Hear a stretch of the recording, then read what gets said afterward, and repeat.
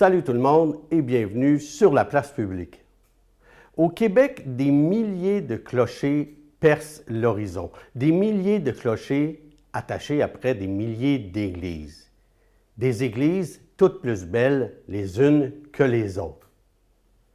Et si vous êtes comme moi, quand on rentre à l'intérieur d'une église, on se dit « Ah mon Dieu que c'est beau! » Mais c'est quoi qu'on regarde au juste? Alors allons à la rencontre de quelqu'un qui va nous expliquer ce qu'on regarde justement quand on entre dans la grande dame de la Côte-de-Beaupré, la basilique Sainte-Anne-de-Beaupré.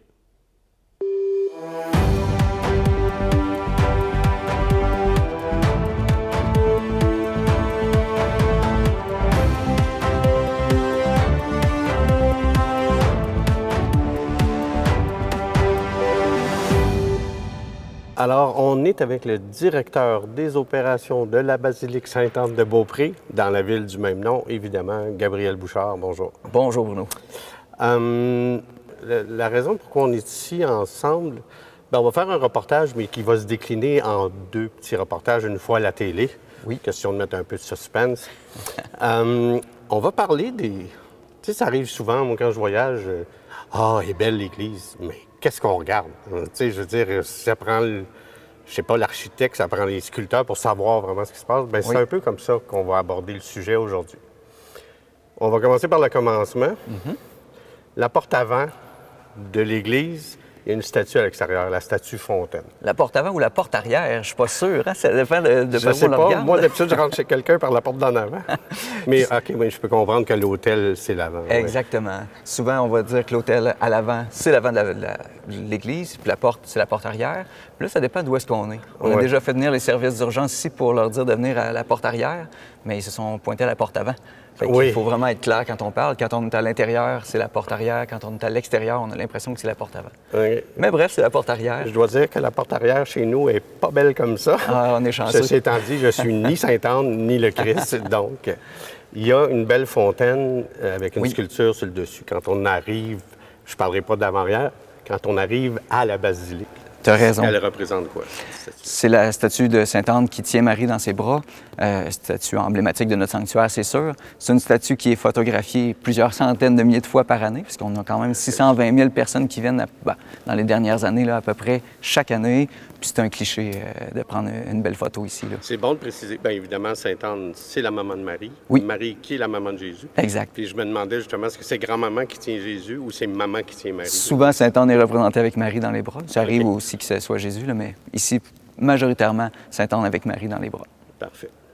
Donc, on passe les portes, on passe la porte arrière. Oui. Et on arrive dans ce qu'on pourrait appeler un vestibule. Oui, le vestibule ou le narthex de la basilique. On utilise plus couramment vestibule, c'est sûr. C'est un chemin de vie. Quand on rentre et qu'on va de gauche à droite, on va faire le chemin d'un chrétien, la vie d'un chrétien, d'un catholique. C'est-à-dire que ça commence au baptême. Vous allez voir une chapelle au bout où il y a les fonts baptismaux. Les gens, d'ailleurs, au début, quand l'Église a commencé ici, dans les années 1920-1930, les gens se faisaient baptiser en rentrant parce que c'est pas tout le monde qui avait eu le baptême. Il y a des gens qui demandaient le baptême avant de rentrer. Ils l'avaient dans le vestibule, puis après ça, ils continuaient leur pèlerinage à l'intérieur. Okay. On voit aussi...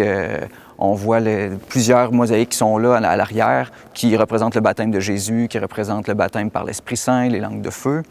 Puis, tout au long de ce vestibule-là, si on continue c'est du nord au sud finalement, là, si on va vers le sud, on va se rendre compte qu'il y a plusieurs icônes un peu partout, que ce soit au sol ou dans la voûte en haut. Au sol, on a de représenter à chaque bout 2 femmes assises sur des sièges. Il y en a une qui représente les arts, l'autre représente les sciences. Vous allez voir qu'il y a plein d'icônes pour représenter les arts, les sciences, parce que ça fait partie de la vie. Si on continue à avancer dans le vestibule, on va voir il y a des places au sol où est-ce qu'il y a des métiers de représentés. C'est tous les métiers, c'est pas tous, là, il y en a beaucoup de métiers, mais c'est plusieurs métiers qu'on peut exercer dans notre vie. Fait que c'est notre chemin de vie qui se poursuit. Arrivé au centre, il va y avoir la représentation du temps. Donc, si on regarde en haut, rendu au centre, on va voir les heures de la journée, on va voir les saisons de l'année, qui sont représentées aussi par des femmes qui ont différents rôles. Là, vous allez le voir à l'image. Oui. Puis, si on regarde au sol à ce moment-là, on voit 2 danseurs. Parce que la danse, l'amusement, ça fait aussi partie de la vie. Faut pas juste, il n'y a pas juste le travail, il n'y a pas juste les arts puis la science. Et pas tout à fait en haut du vestibule. Ce que je croyais était représenté par de l'astrologie, mais c'est bien de l'astronomie parce qu'on voit le scorpion, la balance. Oui. Mais c'est la constellation, je pense. C'est pas le Exact, signe c'est ça. Non, OK. on ne peut pas venir à la basilique en pensant recevoir notre horoscope de la semaine. C'est pas ce qu'on prône ici. Là, c'est vraiment de l'astronomie qui est représentée là, donc les constellations. Puis il y a des noms qui reviennent en astronomie puis en astrologie. Oui, Fait que c'est pour ça qu'on va en reconnaître, par exemple, le scorpion, là, comme on est habitué de voir. J'ai pris celui-là parce que c'est le mien, c'est Bon. mon signe à moi. Après ça, mais quelque chose d'intéressant, on Oui. se faisait baptiser en arrivant. Oui. On n'avait pas le droit de mettre les pieds dans la basilique. Non, Si on n'était pas. on avait le droit quand même, oui, OK. oui, oui. C'est juste que si on veut avoir un chemin de pèlerinage complet, si on veut, il faut le vivre comme un catholique. Pour voir ce sacrement. Exactement, exactement. Donc, on passe les secondes portes, Oui. si on veut, et là, on arrive l'allée centrale. Exactement. Et par terre, il y a 7 petits dessins qui nous Oui. amènent vers l'autel. Exactement. Puis, bien, je fais juste un arrêt juste avant les 7. Avant les 7, il y a 3, pas sculptures, mais il y a 3 mosaïques sur le sol. Ces 3 mosaïques-là, on appelle ça des concupiscences.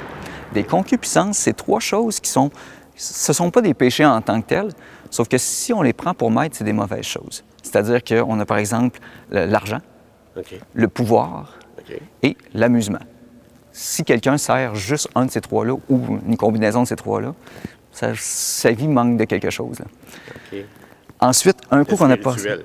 Manque de Oui. quelque chose de spirituel. Oui, puis si ton seul maître est l'argent, la Bible nous met en garde contre ça, si ton seul maître est l'argent, tu vas passer, tu vas faire les mauvais choix, tu n'iras pas vers ce qui est bon pour toi et bon pour les autres aussi autour de toi, pour ta communauté. Et c'est ça qui nous amène vers Exact. Je pense que j'imagine un peu où est-ce que tu t'en vas avec ça. Mais Oui. Vas-y. Puis j'avance dans l'allée centrale, je vais vers l'autel et je vais marcher sur les péchés capitaux. Puis c'est pas pour rien que les péchés capitaux n'ont pas été représentés sur les colonnes, par exemple, ou sur la voûte en haut. Ils ont été représentés au sol. Parce qu'on veut être capable de les piétiner quand on rentre. Dire pour qu'on marche dessus. Mais c'est exactement Mon ça. Dieu que c'est bien. C'est le sens du chemin du pèlerin. Le pèlerin va rentrer, va marcher sur les péchés. Je peux vous les donner dans l'ordre. Dans l'ordre Oui, de l'arrière à l'avant vers l'autel. oui. Exactement. Puis, ils ont tous des icônes différentes ou des représentations qui nous imagent bien le tout. Là. La première, c'est la gourmandise, qui est représentée par exemple par un cochon et par un loup, avoir une faim de loup. Le cochon qui représente un peu la gourmandise. Ensuite, on a la colère, qui est représentée par un coq, l'épée. Le coq qui est prompt à la colère, l'épée pour la guerre. L'envie. Il y a le feu puis le serpent, entre autres. Le feu de l'envie, le serpent qui représente dans la première scène Adam et Ève. Adam et Ève, Exact, OK, qui a montré la pomme, le fruit de l'arbre, là, finalement. La paresse, représentée par la chouette et la tortue. La chouette qui vit de nuit, qui est un petit peu... qui est un petit peu moins bien vu comme quelqu'un qui ne travaille pas de jour. Oui. On sait que de nos jours, c'est pas ça vraiment. Là. Non. C'est plus... de nos jours, on peut travailler n'importe quand, puis on fait quand même un bon travail. Tortue, la tortue qui marche un petit peu moins vite, c'est-à-dire donc la paresse. Sinon, on avance vers l'avarice. On va trouver un singe avec une poche d'or dans les mains à cette case-là. La luxure, une chèvre qui se regarde dans un miroir. Elle a des bijoux, donc elle est bien entourée. Et la dernière, qui est l'orgueil, qui est représentée par un paon avec la couronne du roi, donc être fier comme un roi, être fier comme un paon. Ah oui, c'est ça, c'est l'orgueil qui est là. Je viens de penser un petit mot que j'aurais dû sauter dessus quand tu l'as dit, mais l'année de la construction ici. Celle-là, c'est dans le fond en 1922. La basilique, l'ancienne basilique, a passé au feu complètement. Okay. En 1923. On est rendu à combien? Est-ce que c'était toujours pour Sainte-Anne? C'est toujours été pour Sainte-Anne. Puis la première était? La première construction de l'année, c'est 1658, pardon. Okay. 1658, c'est des Bretons qui sont arrivés par l'océan, ont traversé, ont rencontré des tempêtes sur l'océan, puis ils ont demandé, ils ont prié Sainte-Anne, puis les autres, ils venaient proches de Sainte-Anne-Dorée, qui est un autre sanctuaire dédié à Sainte-Anne. Donc, il y avait la dévotion à Sainte-Anne qui existait déjà. Ils ont dit à Sainte-Anne, si tu, là, je paraphrase un peu, là, mais si tu nous laisses arriver vivant à l'autre côté, on va t'ériger une petite place pour toi. Puis ils ont tenu parole quand ils sont arrivés. Ils ont fait une première petite chapelle, beaucoup trop petite rapidement, c'est-à-dire qu'elle ne pouvait pas accueillir tout le monde qui venait. A été détruite, en ont construit une deuxième, plus grande un peu. Trop proche du fleuve, l'hiver, c'était compliqué à cause de l'eau qui montait, ça gelait. Une troisième qui est devenue trop petite un jour, on l'a détruit. D'ailleurs, on a des vestiges de cette troisième chapelle sur l'avenue Royale, si vous voulez la visiter. C'est vraiment une réplique pas parfaite, mais presque. OK. Sinon, ben c'est ça, c'était trop petit pour les besoins. On a construit la première basilique dans les années 1870, qui est passée au feu justement en 1922. Donc 1923, début de la construction de la basilique actuelle. Puis je dirais que dans les années 30, là, elle était fonctionnelle. Début 30. Je ne veux pas te mettre au pied du mur. Où est-ce qu'on priait Sainte-Anne que celle-ci ouvre et que l'ancienne, l'autre a brûlé, je ne sais pas exactement, mais il y avait les petites chapelles autour, il y avait, OK. mais il n'y avait plus de grande église. Là. Il faut dire que tout le long de l'avenue Royale, il y a des petites places aussi. Exactement, oui. Puis sûrement que les gens, dans ce sens-là, il y avait, toutes les églises étaient ouvertes, hein, les églises des paroisses étaient ouvertes, donc ces églises-là fonctionnaient. C'était pas dédié à Sainte-Anne, mais c'est là qu'on allait célébrer le culte. Tu as parlé de sanctuaire de Sainte-Anne. Ça m'amène à... C'est bien parce que tu fais tous mes liens pour moi. C'est magnifique. Mettons qu'on est, on est en train de regarder les 7 péchés capitaux. Si on lève les yeux, à gauche et à droite, on a une série de vitraux teintes de bleu. Oui.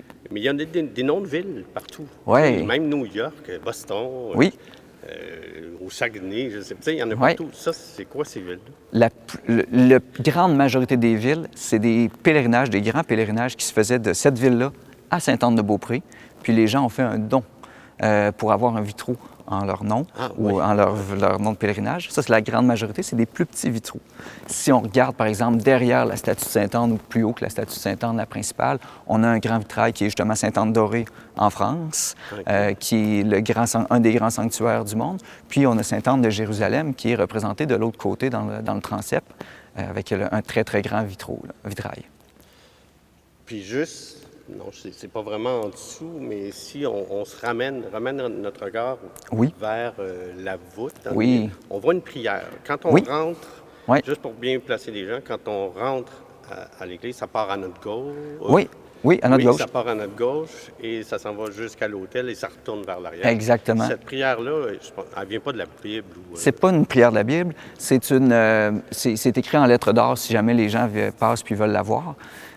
C'est comme une litanie ou un chant qu'on a, nous autres, encore aujourd'hui, qu'on peut faire dans les messes avec les pèlerinages. Bon, il y a certains mots qui ont changé, là, mais c'est pas... l'esprit est très respecté, c'est vraiment ce qui se chante encore aujourd'hui et qui se chantait et qui se priait il y a plusieurs années. Il y a plusieurs centaines d'années. Oui, exactement. Là, j'allais dire plus général, mais tout aussi important, justement la voûte. Quand on part de l'arrière, finalement, la voûte, elle se termine au-dessus de l'autel. Oui. Si on s'arrête un peu avant, ça fait comme une croix, évidemment. Là. Bien, toute cette partie-là qui part de l'arrière, qui fait le tour, qui fait comme les bras de la croix, qui retourne vers l'arrière, ça représente quoi? Ça représente la vie de Sainte-Anne, de sa naissance jusqu'à sa mort. Il y a plusieurs détails. C'est une petite mosaïque. En fait, c'est un fond teint beige, ou couleur saumon, si on veut. Là. Puis, il y a des mosaïques qui ont été montées en atelier, puis qui sont venus, se sont fait installer par-dessus. C'est des centaines de milliers de petits carreaux qui sont installés. C'est vraiment impressionnant parce que quand on est en bas, on est capable de lire les écriteaux, on est capable de voir les détails sur les visages des gens. Puis c'est toute la vie de Sainte-Anne. Exactement. Donc, est-ce que là-dedans, on voit la naissance de Marie? Oui, oui. On voit l'Annonciation d'un côté, juste en haut, la naissance de Marie juste de l'autre côté.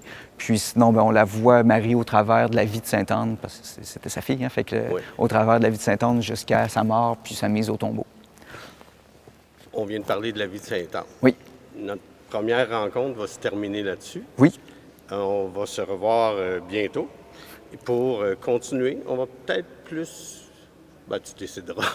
Vers où on s'en va? On s'en va vers l'hôtel. Fait que je pense que... Ça me va. Il y a des choses à dire là-bas aussi. Je pense qu'on va se concentrer peut-être un peu plus sur ça la prochaine fois. Oui. Merci beaucoup. Merci, Bruno.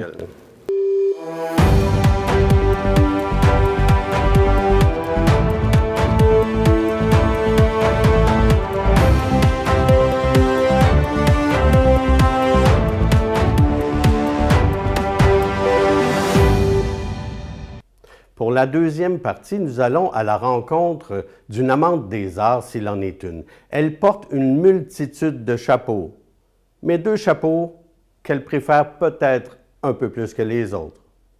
On parlera d'écriture, on parlera de théâtre, et considérant qu'on est rendu à la fin novembre, on va parler de Noël.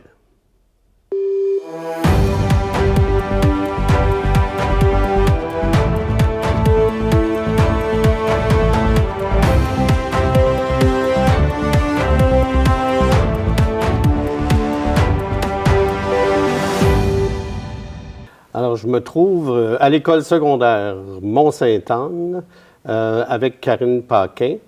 Je vais essayer de ne pas en oublier. Auteur, metteur en scène, je vais même m'aider. Éducatrice à la petite enfance, conférencière et professeure. J'en ai oublié? Non, je pense pas. Tu es résidente de la Côte-de-Beaupré? Oui, j'habite à Saint-Féréol-les-Neiges. OK. Tu n'es pas native de la Côte-de-Beaupré? Non, je suis une petite Abitibienne. Ah oui, OK. Ouais, à Val-d'Or? Ou, proche, Malartic, tout près de Val-d'Or. Oui, mais j'ai été maintenant installée sur la Côte-de-Beaupré depuis une quinzaine d'années. D'accord. Dans tout ce que j'ai nommé, ça prend des diplômes, donc je regardais ça, c'est quand même impressionnant. Diplôme d'études collégiales en arts et lettres, en théâtre et technique d'éducation à l'enfance et diplômé en enseignement préscolaire et primaire. Voilà.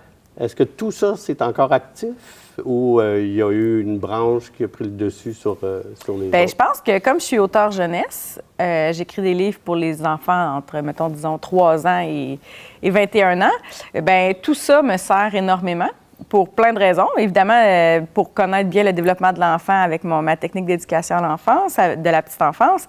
Ensuite, tout ce qui est scolaire, les livres qui rentrent dans les écoles, qui sont exploités dans les écoles secondaires et tout ça, à ce moment-là, mon bac en enseignement me sert. Puis mon diplôme d'études collégiales en théâtre, lui, il me sert énormément parce que je me promène dans les écoles, dans les salons du livre. Je fais beaucoup de conférences, de rencontres d'auteurs.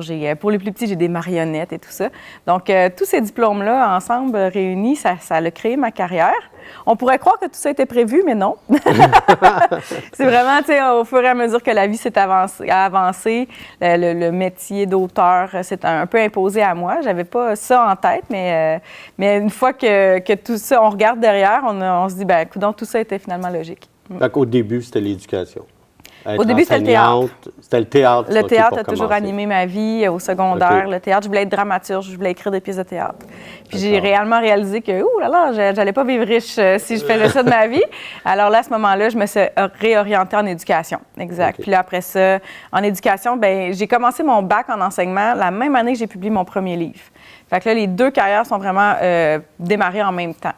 Puis j'ai mené les 2 carrières pendant 10 ans, enseignante et auteur. Puis à un moment donné, j'ai dû faire un choix. Il fallait décider où j'allais mettre mon temps, puis j'ai décidé de le mettre dans ma carrière d'auteur. Carrière prolifique, s'il en est une. Tout à l'heure, on parlait, puis je te disais au-dessus de 60 livres, mais même pas. Je suis rendue à 80, oui. 80 livres en combien de temps? Mon premier livre, 2013. Donc là, on est à une 12aine d'années, oui, c'est ça. OK. Et des livres qui se vendent au Canada dans la francophonie ou ils sont traduits? J'ai des livres qui sont traduits. J'ai des livres traduits en grec, en espagnol, en italien. Puis sinon, vendus à travers la francophonie, pas mondiale. On est plus dans Europe, Canada, oui. OK. Toutes les langues que tu as nommées, donc tes livres sont partout en Europe. Oui. Ah, c'est cool. C'est cool, hein? Mais c'est spécial de voir son livre écrit en grec, là, parce que c'est pas les mêmes lettres que nous, hein, donc on comprend absolument rien. C'est comme des hiéroglyphes, en tout cas, bref. Oui, mais donc, c'est particulier de voir ça. À chaque fois que je reçois un livre traduit, je trouve ça toujours c'est très excitant. Question qui me vient à l'esprit, est-ce qu'il y a des illustrations qui doivent être changées dépendant du pays? Y a-t-il des adaptations? Non. Bien, ils vont adapter le texte, parce que j'ai des livres, moi, francophones, qui sont traduits en français. Donc, par exemple, les livres québécois, ici, c'est la version québécoise, puis ensuite, ils la traduisent pour la version française. Ils vont pas changer beaucoup de choses, mais des petites choses. Par exemple, j'ai un livre dans lequel l'animal de compagnie s'appelle Poutine. Bon, pour les Français, Poutine, ça voulait pas dire grand-chose. C'était pas quelque chose qui leur parlait, donc ils l'ont changé pour raclette. OK. Ben oui. Fait que, tu sais, on pour comprend eux, ça... le concept. Exactement. Au Fait que moins, c'est on ne pas, pense pas à celui de la Russie pendant ce temps-là. Ah oui, Fait que- voilà. Ben, c'était un peu C'était ça. un peu ça, C'est ouais, exactement ça. justement. Donc, à ce moment-là, raclette. Puis en plus, ben, dans le livre, le personnage, il appelle toujours la vieille patate au fromage. Pour nous, la poutine, ça fonctionne. Ben ouais. Mais pour la raclette aussi. Ben oui, c'est vrai. Ah ouais. Dans le fond, c'est un bon choix. Oui. C'est quand même bien adapté. Oui. Tes livres, c'est pas éducatif, c'est du divertissement. C'est du divertissement. J'ai quelques tous séries qui les sont âges. plus éducatives. Là, on pense à la série La ferme de la Haute-Cour, là, qui est vraiment ma série d'albums jeunesse là, qui ont des thèmes très précis comme le cochon qui voulait dire non, le coq qui voulait être une poule. Juste dans le titre, là, on Je sent qu'il y a une comprends, on intention comprend. pédagogique derrière ça. Mais sinon, en général, non, mes livres sont du divertissement pour le plaisir de lire. OK. Je regardais toute la série, là, puis je sais pas, j'accrochais sur Ophélie, sur Léopée, excuse. Tous ces personnages-là ont, je veux dire, une job ou un rôle précis dans leurs histoires. Mm-hmm. Ça devient de où, ça? Ils sont tous dans ta famille, ce monde-là? C'est un peu tout le monde, puis personne en même temps. OK. Il n'y a aucun personnage que je pourrais dire ce personnage-là, c'est telle personne. Donc, ce que je fais, c'est que je prends un peu un mélange de tout, ce qui est autour de moi, des gens qui m'entourent, des gens que j'aime ou que j'aime pas. Puis je mélange tout ça, puis je crée des personnages avec ça. Ça m'est jamais arrivé là, vraiment de recréer quelqu'un là, calqué là, pour dire « Hey, je me reconnais », ça m'arrive pas. OK.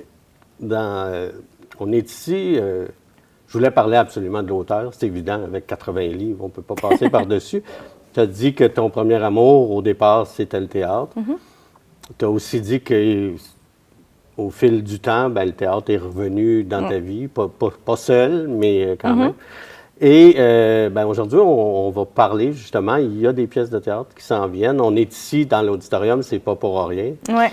Je pense même qu'il y en a plus qu'une qui s'en viennent. Je vais te laisser. On commence avec la première. Je sais pas. OK. Ben, en fait, moi, quand je suis arrivée déjà sur la côte de Beaupré, là, c'était mon but. Je suis arrivée ici en me disant je veux qu'il y ait du théâtre. Là. Fait que là, le théâtre, c'est vraiment c'est mon projet que je tiens à cœur depuis longtemps. Donc là, j'ai maintenant 2 troupes de théâtre. J'ai une troupe de théâtre adulte, puis une troupe de théâtre ado. La troupe de théâtre, avant, j'avais aussi une troupe de théâtre enfant. Mais là, à un moment donné, il faut faire des choix. Oui, OK, d'accord. Donc là, pour les adultes, cette année, c'est spécial. On fait deux productions. D'habitude, c'est toujours une production au printemps, mais là, cette année, c'est nouveau. On fait une production aussi à Noël, le 20 décembre.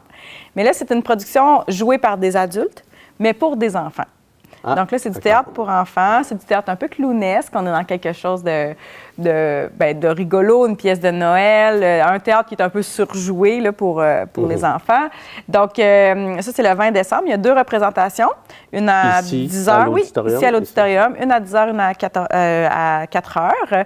Puis, il y a des affiches déjà qui se promènent sur notre page Facebook là, de la troupe de théâtre Mont-Saint-Anne. On peut trouver ça pour les billets pour acheter tout ça. Pardon. Puis, donc voilà, c'est une pièce de théâtre pour les 4-10 ans, je dirais, mais c'est familial. Là. Les parents peuvent venir, tout le monde va y trouver leur compte. Là. Donc ça, c'est avec les adultes. Puis les Est-ce qu'il y a adultes, une petite intrigue qu'on peut ça vendre un petit ça punch? s'appelle Le Cadeau. OK. Puis c'est l'histoire, en fait, d'un village où la magie existe toujours. Dans ce village-là, il y a une horloge qui, chaque année, à Noël, sonne 12 coups. Et seulement un résident du village va entendre les 12 coups. Et ce résident-là a le droit à son souhait. Mais là, on arrive à un moment donné, dans cette histoire-là, ça va commencer où l'horloge ne fonctionne plus. On est à quelques heures des 12 coups et là, il essaie de trouver qu'est-ce qui est arrivé à l'horloge. Donc, On n'en dit pas plus. Voilà. Puis ensuite, les adultes vont aussi faire une production au printemps qui s'appelle Employé du mois. Donc, à ce moment-là, puis on part en tournée avec cette production-là. On va en Abitibi. Ouais. Puis, donc là, ça, c'est au mois de mai. Pour le moment, on ne peut pas encore acheter les billets. Là, on n'a même pas encore commencé à lire nos textes. OK, mais tout est écrit, tout est prêt. Oui, c'est bien avancé parce que c'est des pièces que j'écris. Hein, Oui. Donc, c'est vraiment des productions originales là, que j'écris et que je fais la mise en scène aussi. Ce qui est spécial aussi pour la pièce de Noël, c'est que je joue dedans. Normalement, je ne suis pas comédienne. OK. Je me tiens derrière, mais là, pour la pièce de Noël, je me suis fait un petit cadeau à moi aussi. Puis je me suis donné un rôle. Fait que là, je vais être sur scène pour... Est-ce que la comédienne reste metteur en scène pendant que... J'ai une assistante metteur en scène. J'ai nommé une assistante parce que là, c'est difficile d'avoir un regard extérieur. Mais oui, je reste la metteur en scène principale, mais avec une assistante. Ouais. OK, d'accord. Est-ce que tu as dit, excuse-moi, le nom de la deuxième pièce? Non, on l'a pas Donc, dit, c'est à je pense. Noël, c'est le Celle au cadeau, puis printemps. celle au printemps, c'est Employé du mois. Employé du mois. Ouais. OK. Puis ensuite, j'ai mes ados.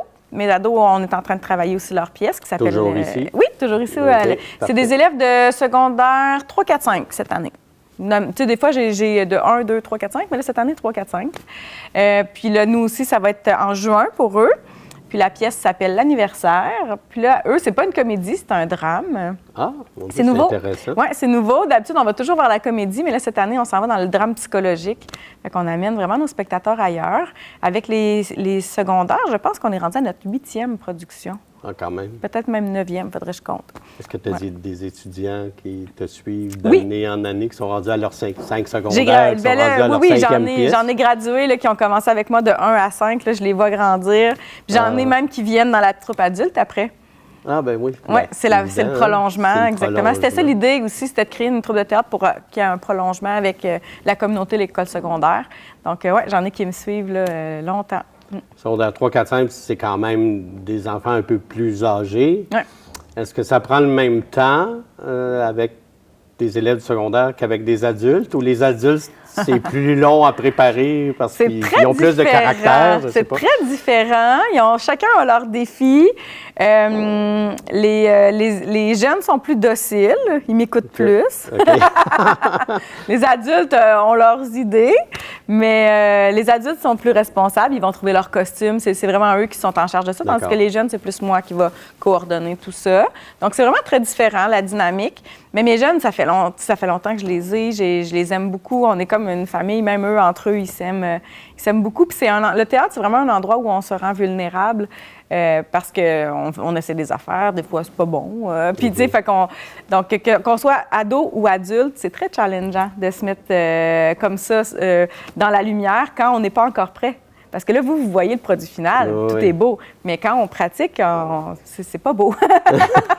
Fait que ça demande beaucoup Puis de ça reste vulnérabilité. quand même devant le public parce que tu es devant Oui, tes collègues. Exactement. Donc, ça demande beaucoup d'humilité, beaucoup de... Puis je les admire de faire ça. Je les trouve toujours très bons. C'est combien de semaines de pratique? Mettons, on va parler de tes étudiants. Mes étudiants, ils commencent en septembre, puis c'est une fois par semaine. On les jusqu'en amène juin. jusqu'en juin. Oui, OK, exactement. quand même, hein? C'est quand même assez long, oui. Puis la pièce de théâtre de Noël des adultes, ça a commencé... On a commencé fin août. quand même, hein? Ouais. Fait que ça a été rapide. Là, je pense qu'on avait un 10 semaines à peu près. Là. Mais là, la pièce est plus courte aussi parce que là, c'est pour des enfants. Donc, j'ai vraiment tout adapté. OK, le langage, OK. la longueur. T'sais, on va avoir Donc, pour des garder petits 4 ans l'intérêt, ici. Là. Ouais. ça va T'sais, plus rapidement. soyez pas gênés d'amener vos enfants, là, c'est fait pour ça. La pièce est courte, elle est 30-40 minutes. Le langage est adapté, les blagues sont adaptées. On fait de l'interaction avec le public, puis on Ça veut s'attend... dire, les enfants, j'imagine qu'ils n'ont pas de participer, mais Ben, c'est ça. Puis on s'attend à ce qu'ils réagissent puis qu'ils disent des... T'sais, on est prêts, on OK. va les accueillir. C'est bon, c'est bon. C'est peut-être... Pour ça, c'est peut-être une bonne affaire d'avoir des adultes, par exemple, parce que Oui, vous ne oui, savez oui. pas ce qui va vous Exactement, arriver. exactement. Les enfants, ils peuvent dire des choses tout haut. Ouais, ils peuvent huer un personnage. Je ne sais pas. Non, mais tu sais, je sais pas Mais oui. l'intrigue, mais s'ils ne l'aiment pas, ils vont Il faut le faire dire. attention aussi à la musique, les éclairages, pour pas que ce soit effrayant. Des Ah, fois, OK, oui. on veut pas que ce soit effrayant, mais juste un boum-boum peut comme saisir. Là. Fait que tout ça est réfléchi. Là. L'éducatrice à la petite enfance, c'est jamais loin. Ah, bon, c'est intéressant. Avant de terminer, on va renommer les 3 pièces. Oui, donc on a le cadeau le 20 décembre, 2 représentations dans la journée. On a l'employé du mois et l'anniversaire qui vont être ce printemps en mai et en juin. Et pour les billets, c'est la page Facebook de la troupe. Oui, la troupe de théâtre Mont-Sainte-Anne. Ça, c'est pour celle de Noël. On s'entend. Les autres, les billets, c'est pas encore, mais on C'est ça. surveille, on suit. On puis, surveille, on peut aller s'abonner à notre page Facebook, la troupe de théâtre Mont-Sainte-Anne. On peut... c'est ça, je pense OK. que déjà, ça serait déjà pas pire. ça serait déjà le fun. On va se quitter là-dessus parce que tu as justement J'ai mes élèves qui tes s'en élèves viennent. qui s'en viennent Oui. pour une de leurs pratiques, pour leur Voilà. pièce qui va être à la fin de l'année scolaire. finalement. Exactement. On va faire quelque chose de dramatique. Fait qu'on se prépare à aller faire des choses un peu dark. Merci beaucoup, Karine Paquin. Merci, C'est Bruno. gentil. Merci. J'espère que vous avez aimé l'émission de cette semaine et soyez des nôtres prochainement, alors que peu importe le sujet, on en parlera sûrement sur la place publique.